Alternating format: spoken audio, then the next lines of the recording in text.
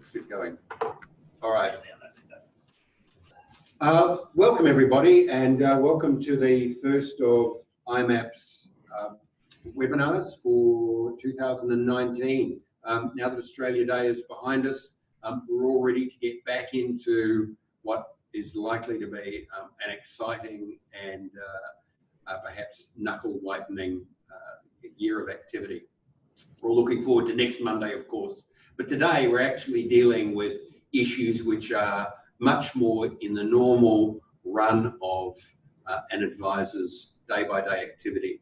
We're going to be considering today active management, and we're going to be considering it from two perspectives. One is the active management of microcap portfolios with Andrew Smith from Perennial Value. And then we're going to be looking at a broader view of active management as it applies to portfolio construction with Stephen Tang from Zenith Investment Partners. But before I ask Andrew to take over and walk it and introduce us to microcap management from Perennial's point of view, let me just say a few things about upcoming events for 2019 for IMAP. The major event, first major event for the year for us is the Advisor Roadshow, and I'll talk a little more about that in just a moment. Next month, the 13th of February, we'll be looking at the treatment of foreign currency and how that plays out in a managed account context with Jonathan Sheed from State Street Global Advisors. For those of you who are going to be in Melbourne for the SMSF conference, IMAP has organised Managed Account Central at the SMSF conference, as we do each year at the FPA Congress. We'll have 4 managed account providers, portfolio managers and providers with us at the SMSF conference. So if you're planning to be one of the 1,500 attendees at the SMSF conference, we look forward to seeing you there. In 2019, we'll also be running the Managed Account Awards for the second time.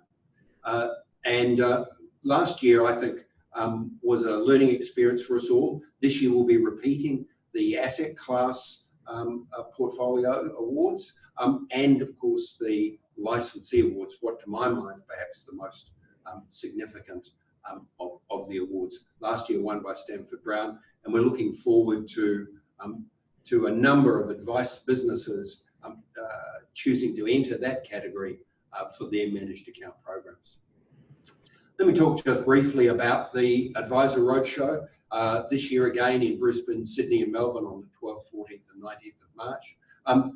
Coming just 5 weeks after the release of the Royal Commission report, we'll be looking at a number of elements of the way in which managed accounts support and enhance advice businesses in a post-Royal Commission world. And I've listed a few of the topics which we'll be covering. Why my business model will survive, for example. Will be self-licensed dealer group and institutional dealer groups talking about how they see their business model working in a post-Royal Commission world.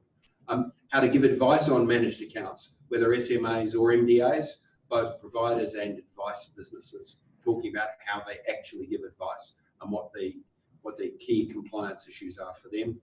Innovation Network will be running a session on innovation, how they use it and how they see advice businesses using it. There'll be a session on best interest duty, again, very relevant post-Royal Commission. The awards I've spoken a little about, and then in August in Sydney, our Portfolio Management Conference, talking about asset allocation, portfolio construction, manager selection, and then for the first time in Melbourne in October, a focus on much more detailed, nuanced management of portfolios with Australian equities, international equities and fixed income investments, and how those are selected and incorporated into portfolios. So without further ado, let me hand over now to Andrew Smith. Welcome, Andrew, and thanks for joining with us today to take us through Perennial's approach to active management in the microcap area. For those of you who want to participate and ask questions, you'll see on your screen a chat box. If you type in your questions there, we'll see those and deal with them as we go through through the webinar. Thanks, Andrew, and over to you.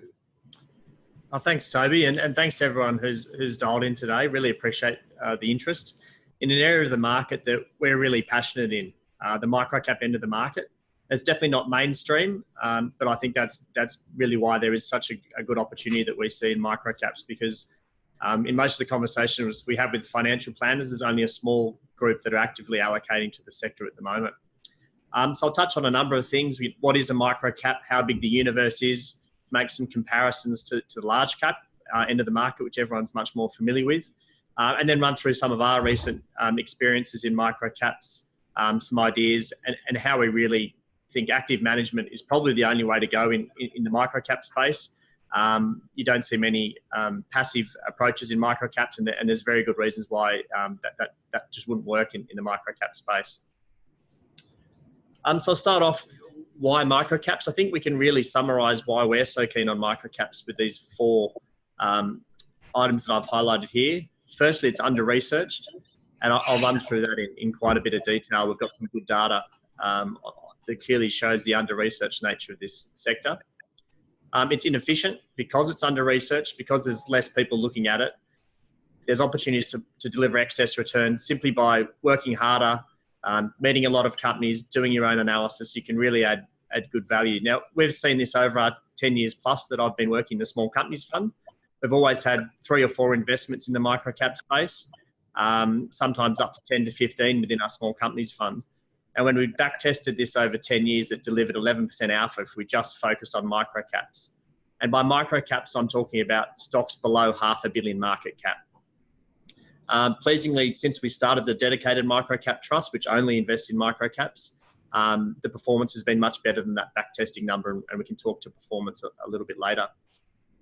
The other reason we really like microcaps is we're getting in the very early stage for these companies, and clearly just the law of numbers suggests that it's much easier for a small company to grow at 40 to 50% than it is for the likes of BHP, Rio, National Australia Bank. Very hard for those companies to grow.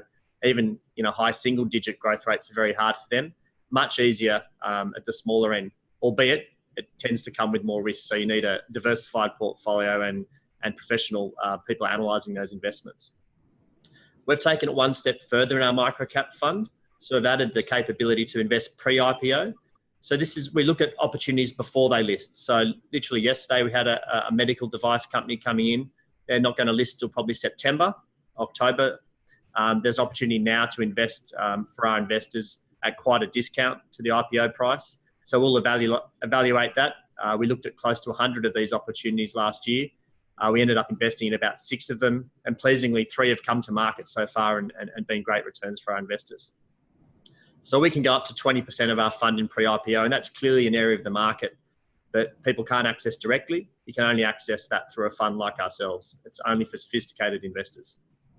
And the other reason we like it is it's very diverse. There's a huge range of stocks that we can look at and sectors. And I'm just making a comparison here to the large caps. So you can see on this slide, large caps, the top 100, by definition, 100 stocks in that universe. The biggest stock in that index is actually 8.5% of that index. If I looked at the top 10 stocks, that gives you half the index. So as a fund manager or as an investor in the top 100, your options are really limited. Almost half of your money would be going into 10 stocks if you were to take a passive approach to that sector. Clearly, the Royal Commission, Toby mentioned before, huge ramifications last year, and that'll continue this year. And you look at the large cap end of the market, 35% of that is dominated by financials. So it's not a very diverse index. Very tough to have a complete underweight to financials last year. You were taking a big bet against the index, but that was probably the right thing to do as an investor. Small caps by contrast, because there is a small cap index, and so I'm referring to that. Much more diverse. You can see financials there are only 7% of the index. The next biggest, materials, 19%, but that's spread across a huge amount of commodities, anything from lithium to agriculture, iron ore, gold. Gold's a reasonable part of the small cap index. But as a fund manager, in actively selecting stocks, you don't feel forced to own any stocks just because they're big in the index. You can see the biggest stock is actually only 2% of the index. So every stock we hold in our portfolio, we hold because we think it's good value that's going to deliver for our investors. We don't own any stocks because we're worried about the index position. And we can do that because it's a much more diverse index. So that's from a small cap point of view, the benchmark we measure ourselves against.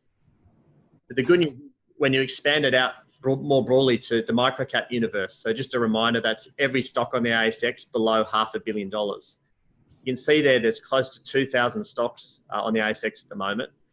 And that surprises a lot of people and a lot of planners when we talk about our fund, just the huge size of the universe. The really good news is that universe is growing quite a lot. It grew by about 50 stocks last year. And it's not only Australian companies that are listing here.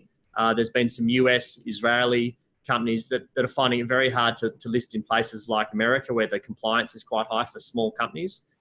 So we're seeing companies in the range of 100 to 200 million market cap preferring to list in Australia, where there's much bigger depth of investors. And we've had really good experiences with some of those companies. It introduces new technologies, new exposures that we can't otherwise get. The medical device company I mentioned is actually a Belgian company. The company we saw yesterday is a potential investment. We had a semiconductor business that's based in the US, selling globally, that listed, and we participated in a pre-IPO and came onto the market in December. We just caught up with them today. They're seeing very strong growth rates. So these are stocks that you simply cannot find exposure to if you look just sticking to the top 100 in Australia. And the beauty about that is you can really steer the portfolio to where there is growth and just avoid the sectors which are challenged. So for example, retail in Australia would be an area that's quite challenged at the moment. We don't feel like we need to have any stocks in that space unless there's compelling value. So I think we've sort of spoken about how diverse the index is. I'll probably switch now to share some data on how poorly covered it is by brokers. I used to be a stockbroker more than 10 years ago. It is very hard to convince your bosses when you're an analyst about a great idea you've got that's 100 million market cap. The bosses will turn back and simply go, well, we're not going to write any brokerage in it. We're not going to recover your salary from doing that. Go and cover BHP or Commonwealth Bank. And that trend's actually continued. So the coverage is getting worse in the smaller microcap space. And that's fantastic. It creates more inefficiency in the market. So just some comparisons here. If you look at the top 100, on average, there's 12 analysts per stock from a brokers. Microcaps is 0.4. So clearly a lot of microcaps that aren't covered by any analysts at all. And here's some data from Goldman Sachs. It shows that back in 2014, there was close to 1,400 estimates in the market for small cap stocks. That's actually fallen to 1,000 now. And that's despite the universe growing each year, which I talked about. So we've actually got the number of stocks getting covered in small caps falling. And that expands even more when you look to micro caps. Figure on the right there also shows that the forecast, not only is there less of them, but they're not maintaining them as much. So a lot of brokers simply update their numbers every 6 months as earnings are released. And yet clearly there's a lot of information which you can adjust earnings throughout the year, whether it's currencies, quarterly updates, and it provides a bit of an edge for investors like us that are constantly updating our numbers to make sure they're as accurate as possible. The numbers I mentioned before, we're really pleased with the start for the Microcap Opportunities Fund. It started in February 2017. And I guess what we really want to focus and highlight on is, it's been great returns when the market's rising. We're able to, obviously we're close to fully invested, so we did fall along with the market, but we're able to be a bit more defensive and fell less than the market in the last 3 months. The number to really focus on, given Toby's comments about themes that are going to last 5, 10 years, it's really that excess returns. So you can see since inception, we've added on average 18% alpha. So 18% excess returns, and that's actually net of fees.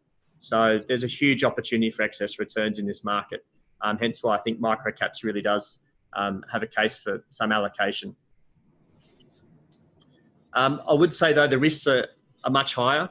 It requires a lot of work to navigate the microcap space. It's a huge universe, close to 2,000 stocks. We don't recommend investors try and do this directly. The risks are very high. We have close to 60 companies in our portfolio. But what we also have is a very large team. We want to model every company we own. We meet with management before investing. We typically go and visit assets as well. So there's a lot of time building spreadsheets, analysing companies, but also getting out on the road. So to do that, we need a big team. And I've share the teams on this slide. Julian Guido, very senior analyst, and myself, both ex-brokers.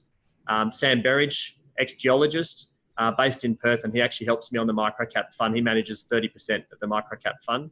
I manage 70%. And then we've got the analytical team, Damien, Marnie, and Ryan also helping out. And most importantly, we've got a dedicated dealer, because it's one thing to have a good idea in microcaps, but executing it, finding the liquidity and getting the best price for our investors, we need a dedicated resource to do that. So Steve Yee only deals on the smaller microcap fund. Just to really summarise our approach, a lot of company visits, over 1,200 company visits we did last year. And one thing we're looking for whenever we make investments is we want to see high share ownership by the directors, by the managing director and the board. And I expect potential investors in our fund to look for the same. So we highlight that we're fully invested in the fund ourselves. We have no personal investments on the ASX. If any of my staff want to make an investment, they have to do it through the fund. We also own the smaller company's business. So therefore, we're not trying to drive just the next quarter's return. We're trying to deliver long-term returns and build the business that way. How do we manage such a large universe? As I mentioned, we do a lot of company visits. We also utilise some good technology that exists in the market now. FactSet is the screening tool we use that has all the listed companies in the ASX, all their historical returns, and if there's any forecast, that's also in the database. So we have various algorithms running over that 2,000 stocks just to throw up any ideas that we might have missed on our company visits. So typically we've got a watch list of about 400 ideas at any one time, which we're actively modelling and continuing to research. But perhaps the most important part of our process, however, is rejecting the companies. And if we're talking about active versus passive, clearly it's the rejection and the risk reduction, which we think adds the most value for active managers. So of those 2,000 stocks, 1,600 of them we exclude as an potential investment. And that could be because there's no cash flow, there's no revenue, they're concept stocks. So we want to wait till the business has got a bit more traction so we can analyse the performance of that business. They could have too much debt. They could have management with a pretty poor track record or very low share ownership. Or the business could just be not delivering any earnings growth, in which case it's probably always going to be a micro cap. We're actually trying to pick the stocks that start off as micro caps and grow all the way through, ultimately to the top 100 if they've done a good job. Andrew, just before you move on from that, there's a question from one of the attendees, which is exactly addresses that point, which is, as a stock moves out of being a micro cap above the $500 million threshold, how do you manage the process of that growth in each stock? It's a great question, and one we thought about a lot when we designed the product. So when we looked at our back testing, as I mentioned before, from our smaller companies fund, we found that if we were forced to sell a position when it went above 500 million, we're potentially leaving a lot of money for our investors on the table. So there was a couple of examples, but probably the best one was TPG Telecom. So we bought that when it was SP Telemedia in the smaller companies fund. It was about a 400 million market cap at the time.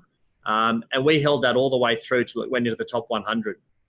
So we want to make sure that while we cannot buy a business if it's above 500, if we already own the position, we're not forced to sell. And why is that? Well, we know the business really well. We've obviously been covering it for a year or more. It's starting to deliver. So the last thing you want to do is sell just as the business is starting to get more market attention. So great question. We can continue to hold that position all the way until it gets into the top 100.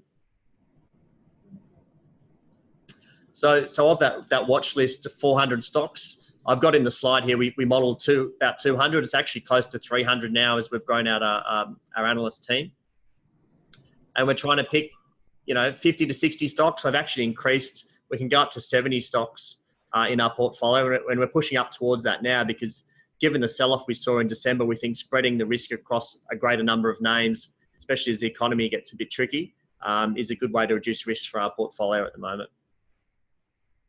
The other important point is we don't just set and forget. We're constantly reviewing this and rerunning this process. Literally, we do this every 2 weeks. So something that was rejected 2 weeks ago might have raised money.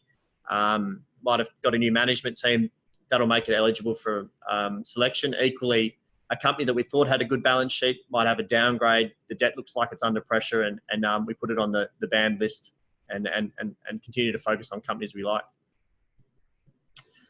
So putting it all together, we are a value fund, and we remain true to label even in the microcap space. We look 2 and 3 years out on our earnings forecasts, and we want to make sure our portfolio is better valued than the market at all times. So we've got there the price to earnings ratio. We're over a 30% discount to the market. EV to EBIT is potentially not used as often, but what that really captures is the market cap plus any debt in the business, divided by the earnings before interest and tax. So the reason we use that is we want to penalise companies that have too much debt, because that'll push up their enterprise value and make the multiple look higher. But equally, if a company's got a lot of cash, so for example, Redbubble, which if you've got teenagers, I challenge you to get them to have a look at the Redbubble site. I just did that with my son over the Christmas break. It's an artist community that sells all around the world. You can print T-shirts, iPad cases. But when we look at that business, they just reported yesterday, and they've got 66 million in cash. So you take that off a 300 million market cap, that suddenly looks a much cheaper. If you're just looking at PE ratio, you wouldn't pick that up. I'm also looking for earnings growth. We want companies that are microcaps now that are going to grow, to Toby's point, going to grow all the way through, hopefully to the top 100. So we need high earnings growth, and we've got 42% on average there. Probably the last point, and I'll leave up a slide on some of our key positions, but the other advantage we see for having an active manager in this space that also has a small companies fund and even a large cap business is we're very big in the eyes of all the brokers we deal with. We're a good client, respected client, seen as a long-term shareholder. So we get invited to participate in a lot of high quality deals, which potentially retail investors can't access directly. And this has been a nice, I'd call it probably the cream on top for our performance. I don't think it drives the whole of our performance, but every now and again we can find some really good deals and position the portfolio nicely. So here's some examples from the last 18 months of investing. Acro Formwork, which is still our biggest stock in the portfolio today, up 150% from the IPO. Atomos, which was actually a pre-IPO, which I'll discuss briefly at the end. That listed in December. So despite the market sell-off, was up 98%. And you can see some other examples there. So that's a nice part of a microcap fund, being nimble enough to take advantage of these opportunities. One of the themes we really like at the moment, and this speaks to the diversified nature of microcaps, is the infrastructure theme. As we all drive around, Sydney, Melbourne, Brisbane, you can really see the amount of infrastructure spend that the governments are committed to and are doing right now. We've found a number of ways to get exposure at the microcap end, and as you can see, these haven't been discovered by the market yet. The PEs are below 10 in all 3 cases of these stocks, and yet they're exhibiting 25% plus earnings growth. So I think this is a good theme over the next 4 to 5 years, and isn't really dependent on the economic cycle. This is committed government spend, so we can invest with a bit of a medium-term view in this sector. Calix, just in the interest of time, I'll probably skip over this one, other than say it's a great example of Australian innovation. So this is CSIRO technology, which has applications in fixing environmental problems around the world through a process of basically creating nano sponges is probably the best way to describe what the process creates. So they're fixing wastewater. They've actually got a European Union funded project, €6 million grant, which is taking carbon dioxide out of cement production. And cement production actually accounts for 8% of the world's carbon pollution. And Calix has one of the leading solutions. So this is a great technology-driven business, actually is profitable. And this spun out of the CSIRO, and we were able to participate last year in the IPO. Atomos, again, if you're interested, I'd sort of Google their product, the Atomos Ninja. What that does is take professional camera from what you typically see in cinema production. It enables it to come right down to the semi-professional level. So people creating YouTube clips, Instagram, can use the Atomos technology combined with their Nikon or their Canon camera and really be able to compete with on a professional level. So there's a huge boom in content at the moment. I'm sure we're all looking at a lot of video content on our smartphones. And Atomos is a great way to get exposure to this in the microcap space. We invested pre-IPO, and then we added significantly to our investment in December in the IPO. So I'll probably finish off there, leaving up the current strategy and outlook. There's some names there, and perhaps there might be questions on that at the end of the presentation. Well, there was one question which came through as you were talking, Andrew, about TPG. So what's the impact on, in your view, of TPG's cancellation or deferment of its upgrade of its mobile network, which they announced yesterday, I think? Sure. Do you have a view on that? Yeah, we do have a view. It's interesting. So TPG, we sold out probably 2 years ago in our small companies fund. In fact, it may even be 3 years ago. That was more based around the valuation, we thought, and the risks coming with the NBN. That's all largely played out now. The share price has come back a lot. A couple of interesting things that make investment in TPG interesting, but a bit high risk at the moment, is the Vodafone merger has been blocked by the ACCC at this stage. Interestingly, the fact that TPG, as they announced yesterday, is no longer rolling out a mobile network.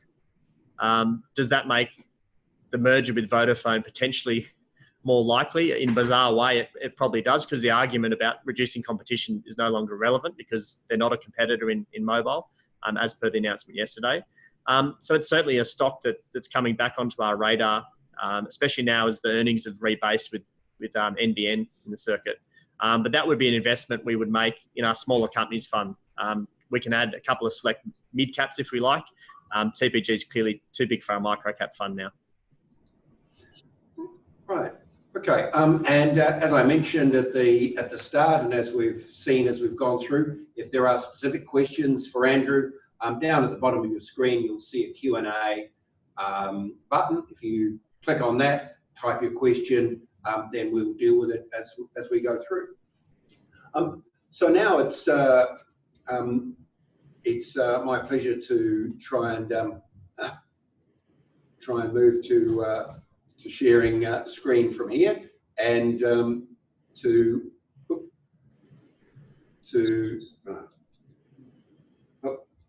my best laid plans. Some of these will look familiar. So let's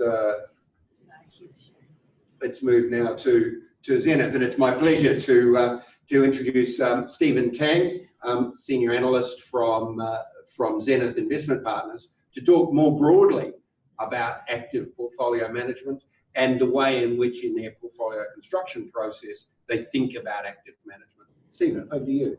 Okay. Thanks, Toby, and thanks, Andrew, for that, and thanks for everyone attending. So I have some 5 main points that I want to go through today. So just in terms of the slides. So if we just bring up, sorry, move to the next slide. Trying to move to the next slide. Just as a disclaimer. So the agenda there is there in front of you. So there's just 5 main points I want to go through today. At a higher level, so we're not going to dig too deep, but there'll be a few points that I just want to make and sort of later on for today. So the first one is, if we move to the next slide, it's just the obvious one, which is the opportunity for our performance. So with active management, you have that opportunity, the potential for active outperformance of the market, which is something you don't have with passive. Now, it's obviously been a lot of press in the last few years in terms of the active management space and it's the difficulties that have been faced. So, the first point I wanted to sort of acknowledge and say is up there in a quote. There's a quote by a famous academic. Everybody should know this academic, Nobel laureate. Sharpe ratio is named after him. Made it 30 years ago. So it's dependent on logic and arithmetic. There's nothing here that shouldn't be surprising. It's just saying the average actively managed dollar must underperform the average actively managed dollar net of costs. And why is that? Sounds like I'm sort of contradicting what I just said, but the reality is, if all you have is the market returns, and you've got passive and active, then everyone can only ever earn the market return in total. In aggregate, everyone earns the market return, and the fees that come out, that's the rent. So obviously, if active management has higher fees, then they're going to underperform in aggregate more than the actual passive dollar. But what I would say to that is that in the active space, the more important part here is that there's been a lot of press about how active management has underperformed, but the reality is that in the active space, there's going to be winners and losers. And so the point to that actual quote is that if you take out the passive guys and you've got the active guys left, now the guys in the active space have to fight over the market returns, and there's going to be a winner and a loser on that side. So not everyone in the active side can win. So that you're obviously going to have those guys that are going to be on the top 50%, and the guys on the top bottom 50% underperform the market. Now, the thing we need to recognise is that investing is hard. Particularly in the last few decades, markets have become far more institutionalised in the large cap space in particular. If you look around the globe, there are far more professional investors in the market. Now, if you think about how do you actually achieve active outperformance, you actually have to look for inefficiencies. So you have to look for where others are not looking. But if markets have become a lot more professional in the last few decades, then it's going to be harder for those active guys to outperform. You've got in Australia in large cap equities alone, you've got over 100 large cap managers. Now, they're all full of smart guys, smart teams, they're well educated, they're very well motivated. They're all looking to find those inefficiencies. But the reality is that it's a lot harder these days because they're all looking for that informational inefficiency. But the important part to recognise is that investing is an art and a science. The science is, yes, market inefficiency, but the art is, the part where judgment comes into play. Now, Warren Buffett's famous for saying that, you don't have to be the guy with the highest IQ in the room to actually to be the best investor. And what he means by that is that judgment comes into play here. When you're looking forward, no one can foresee the future. Nobody can foresee the earnings of a company out 10 years. What you have to do is make sound judgments about what you think is a reasonable actual, earnings forecast for these companies. You need to look out and say, well, I think that's reasonable, but recognise that you're also, there's room for error there, and you need to recognise that. And so when it comes to professional investors, these guys do this day in and day out. A lot of them have decades of experience, and that judgment is important as well. Not just looking for those inefficiencies because they're harder to find, but also making sure that you actually, have sound judgment. You're not chasing sort of just returns. You're actually making sort of assessments of the company fundamentals and what you think they're reasonably going to earn in the market. And that's the important part with active management. And you've got to recognise, and to Andrew's point and to our point, that outperformance in certain markets is a lot easier. So, as Andrew showed you, in the microcap space, there are very few brokerage coverings those markets. So there are certainly markets where active outperformance is a lot easier and more persistent. And there's a slide later that I'll go through that shows that in the small company space. But so we just need to recognise that. So I think just for all the negatives that are coming out about active management, people need to recognise there are a few high-level points that I've just raised. If we just move to the next one. Now, this is something that is also getting a little bit of focus at the moment. What we would say is active management gives you the potential for greater downside potential or protection. And the reason for that is quite obvious that an active manager is looking for quality and valuation.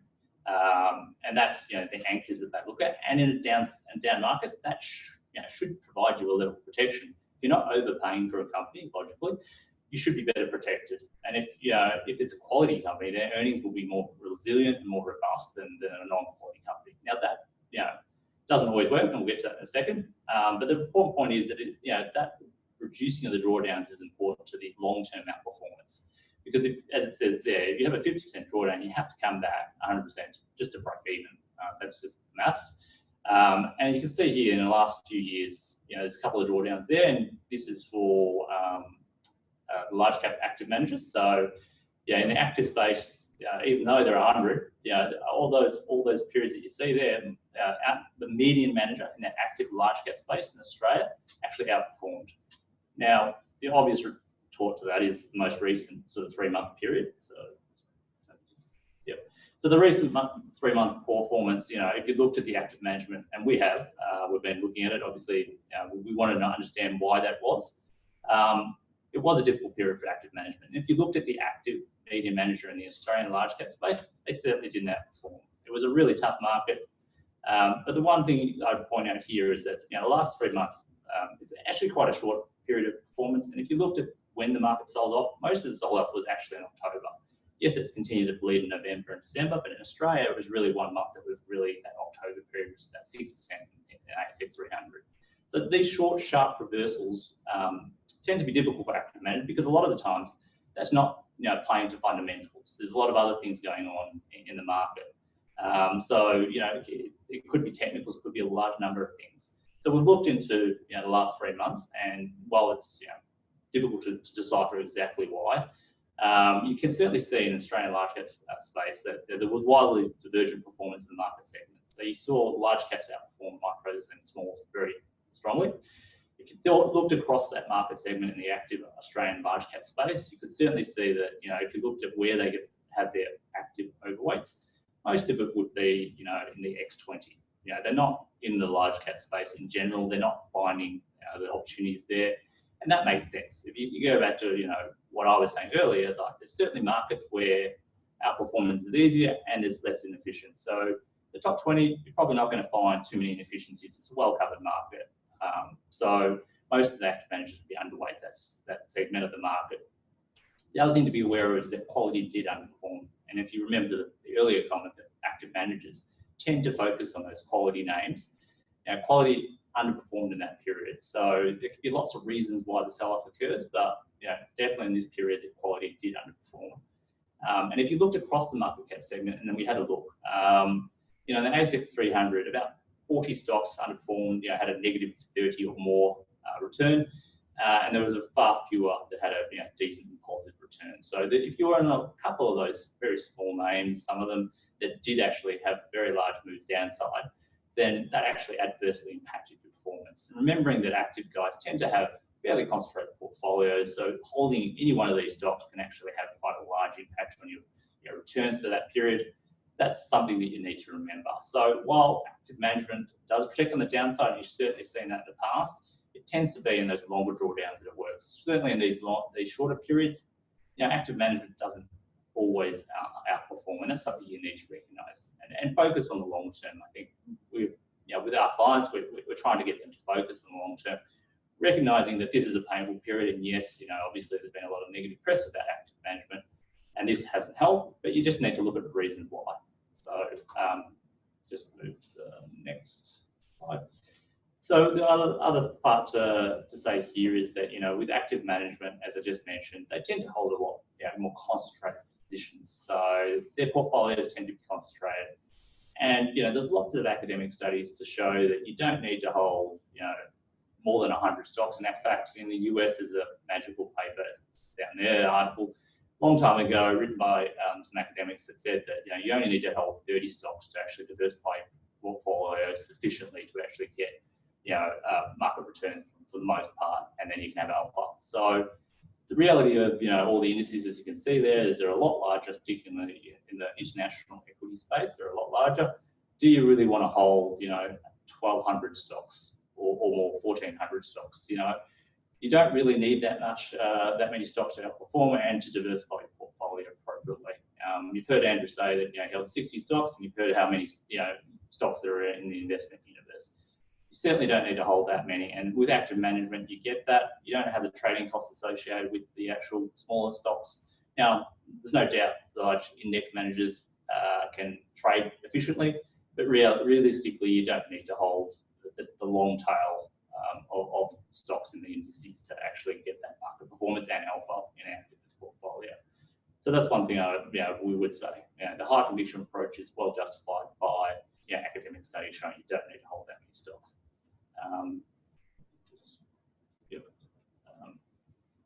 And this is going back to my point earlier, which was just saying that we recognise, and at Zenith we do focus and sort of look at the outperformance of all the managers across the universe. So we look at the medians to see how they go, and so certainly there are certain segments of the market, as I said, small caps, Australian large, and micros. We definitely agree with Andrew that that's a space where consistency is quite obvious.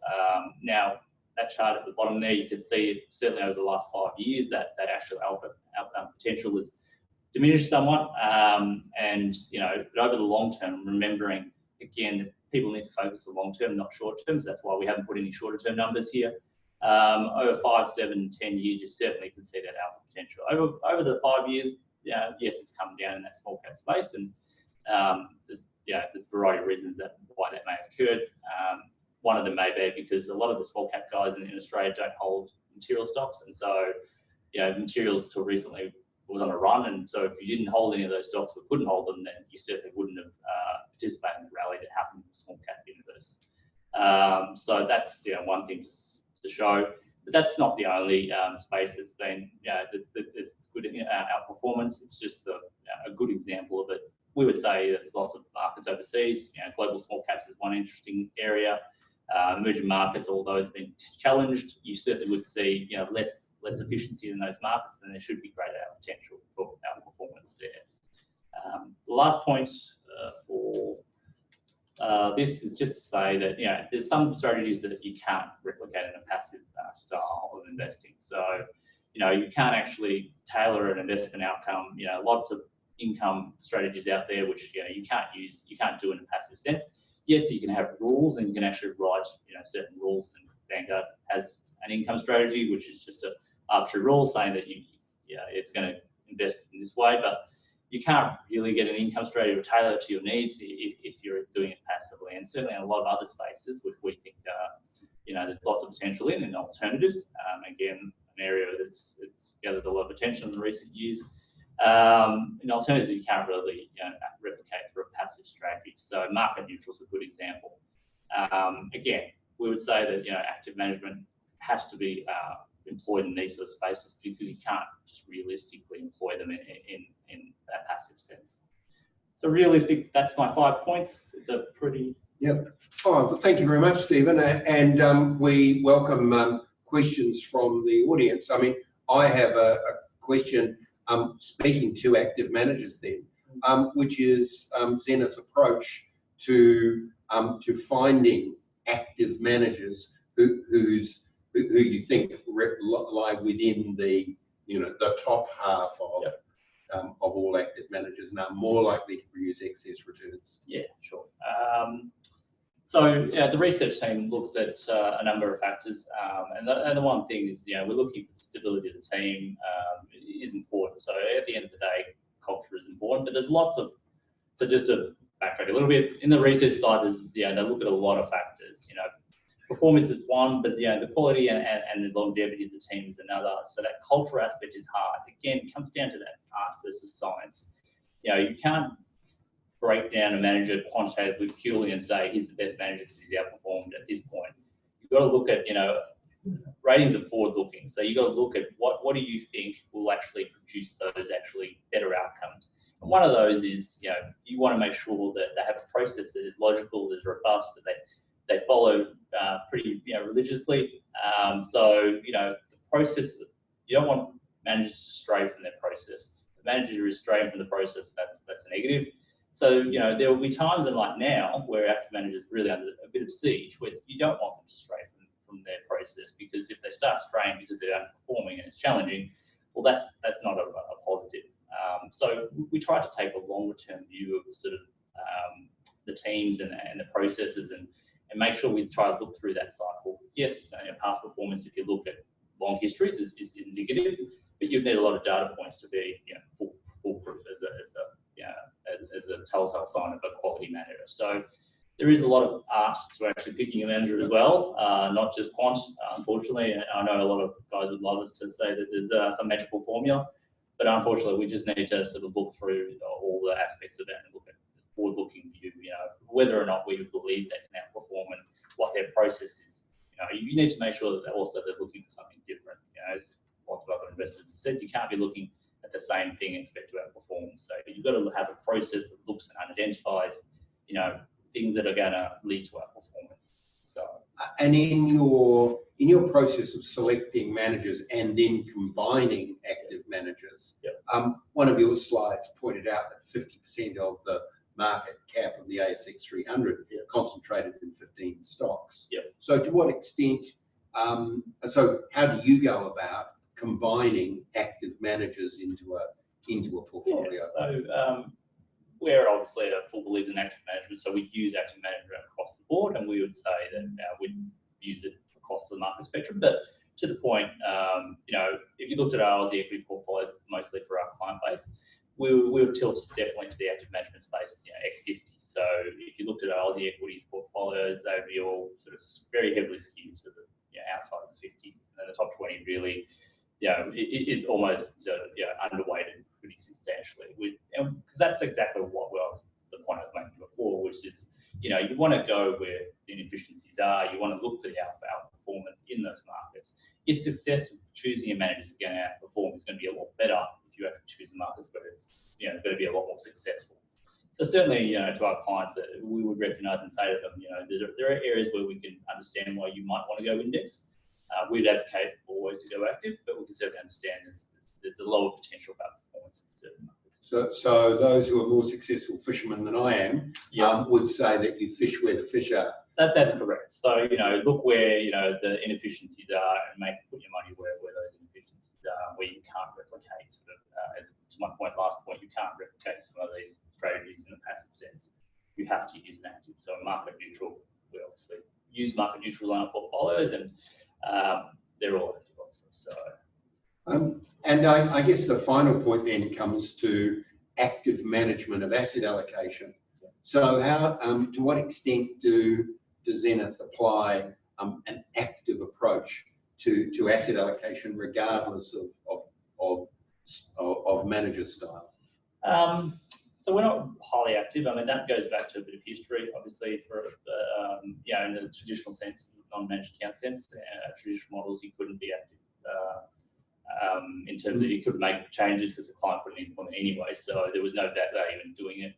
In a managed account sense, we still maintain the SAA's best way, like maintaining long-term allocations. We are doing research at the moment looking at sort of more medium-term sort of indicators of what might work in terms of, if you tilt to certain areas, does it work? But we're big believers in SAA, and we think if you stay the course and you've set your strategy correctly, then you should be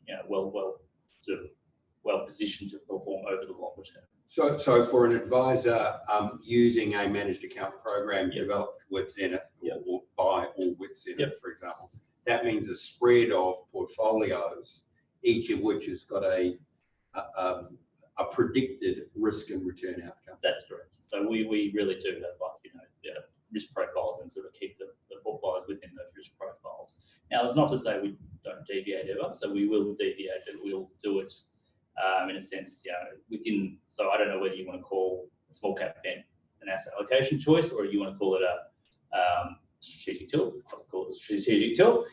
We certainly have lots of sort of different strategic tilts in our portfolio. So we'll keep the asset allocation very consistent, but we'll actually move within the portfolio. So we'll choose where we want to go.